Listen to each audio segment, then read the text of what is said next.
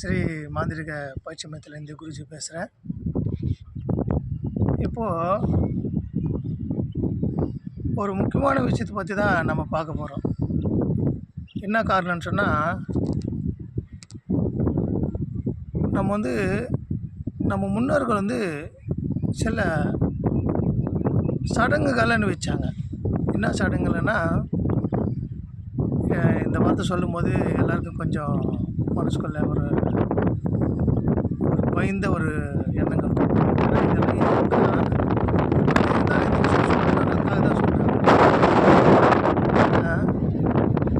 இறந்து போகிற தருவாயில் இருக்கிற ஒரு மனிதனுக்கு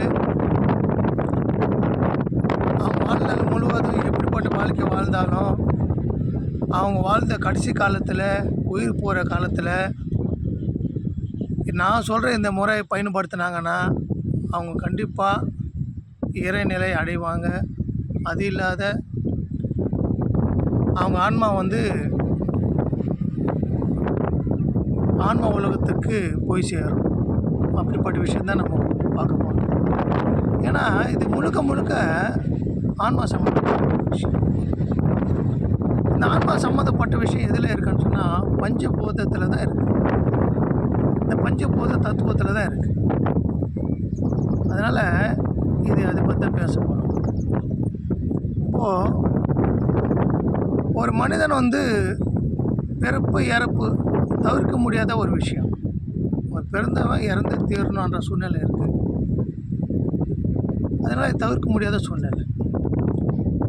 ஆனால் வாழ்க்கையை இந்த பூமியில் எவ்வளோ பணக்காரனாக வாழ்ந்தாலும், ஏழையாக வாழ்ந்தாலும், நீ என்ன சக்தி வாழ்ந்த ஒரு மனிதனாக வாழ்ந்தாலும் சரி, இறக்கக்கூடிய தருவாயில் இன்னும் வாழணும் என்ற ஒரு ஆசை இருக்கிறது யாருமே அப்படி இறந்து போகிற சூழ்நிலை அவங்களுக்கு ஏற்படுதுன்னு சொன்னால், ரொம்ப மனதில் பாதிச்சு இந்த உலகமே நம்மளுக்கு தேவையில்லை, வாழ்ந்தது போதும் நினச்சிட்டு அவங்க வாழ்க்கையை முடிச்சுக்கிறவங்க சில பேர் இருக்காங்க. அப்படி இருந்தாலும் அந்த ஆத்மா முழுமை அடையாமல் அங்கே எங்கே அலைபாஞ்சு உயிரடி இருக்க மக்களை அது பிடிச்சு அது பாதிப்பு உள்ளாக்கி அப்படியே ஆன்மா தரங்கிட்டு போயிடுது. அப்படி இல்லாத இந்த ஆன்மா தெய்வ நிலை அடையணும், மக்களுக்காகவே அது நல்ல செய்கிற ஒரு ஆன்மாவாக மாறணும் அப்படின்னு சொல்லும்போது என்ன பண்ணும்? ஒரு மனிதன் உயிர் போகிற தருவாயில் இருக்கும்போது அங்கே என்ன பண்ணணும்னா, பஞ்சாட்சரம், அதாவது நமச்சிவாய மசிவயன சிவய நம வய நம ஸ்ரீ ஞான சிவாய நமஹா அந்த ஒரு சிவ பஞ்சாட்சரம் அது படிக்கும்போது அதில் சிவபூதகணத்தில் இருக்கக்கூடிய வரதண்டர் என்ற ஒரு பூதகணம் அந்த ஆன்மாவை நல்ல நிலையாக அமைதியாக்கி, அந்த ஆன்மா பதற்றமில்லாத அமைதியாக்கி ஆன்ம உலகத்துக்கு எட்டு போய் விடுறதுக்கு அது அந்த வரதன்ற போதம் தேவ கணத்தில் அது வழி கொடுக்கும். அது இல்லாத அவங்க தவறு நிலையில் இருந்தோ, யோக முறைகள் இருந்தோ, நல்ல ஆத்மாக்கள் இருந்தோ, நிறைய பேருக்கு தொண்டு செஞ்சோ, சேவைகள் செஞ்சோ ஆத்மா இருந்துச்சுன்னா சிவலோகம் அடையிறதுக்கு அந்த வரதண்டர் போதகணம் வேலை அந்த ஆன்மாவை கையோடு போட்டு போகும்.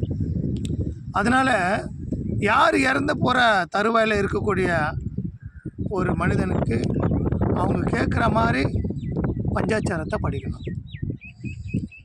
அங்கே இருக்கிற சூழ்நிலையில் யாருக்குமே தெரிலன்னா தெரிஞ்சவங்களை கூட்டின்னு சிவ பஞ்சாச்சாரத்தை படிக்க விடணும். அந்த ஊருக்கு போகிறவங்க அவங்களுக்கு அந்த நபர் கேட்குற மாதிரி படிக்கணும். அஷ்டோத்தரம் படிக்கலாம், சிவனோட அஷ்டோத்தரம் படிக்கலாம். இப்படிப்பட்ட விஷயங்கள் ஒரு இறந்து போகிற ஒரு ஆத்மாவுக்கு கேட்கும்போது, அதை கேட்டுட்டு ஜீவன் விடும்போது அந்த ஆன்மா உலகத்துக்கு நம்மளுக்கு இருக்கிற பந்தத்தை புரிஞ்சு கொண்டு போதும் நம்ம வாழ்ந்ததுன்னு சொல்லிட்டு அந்த மனத்தை அமைதிப்படுத்திக்கிட்டு இந்த இறைநிலை அடைவோம்னு சொல்லிட்டு அது போய் சேரும். இல்லைன்னா அது பதட்டம் உருவாகி நம்ம இந்த உலகத்தை விட்டு போகக்கூடாது, நம்ம வந்து சொத்து சுகம் விட்டு போகக்கூடாதுன்னு சொல்லிட்டு இங்கேயே சுற்றிட்டு பல கஷ்டங்களை கொடுத்து பல இன்னலுக்கு அதுவே அந்த ஆத்மாவே ஆடும். அதனால் இந்த ஒரு விஷயம் வந்து ரொம்ப அற்புதமானது. இந்த வரதண்ட போதகானம் வந்து சிவலோகத்துக்கு கூட்டின்னு போயிட்டு அந்த சிவ தரிசனம் காட்டக்கூடிய சக்தி உள்ளது. இது சிவனை வழிபடுறவங்க எல்லாரும் வந்து இந்த பயிற்சி கற்றுக்கலாம். இல்லைன்னா தவயோகிகள் அவங்களும் கற்றுக்கலாம். சிவனை அந்த திருப்பாதங்களுக்கு அடையணும், அந்த கலைய தரிசனம் வேணும்னு சொன்னால் இந்த வரதண்டர் பயிற்சி பண்ணலாம். அற்புதமான போதகனம்.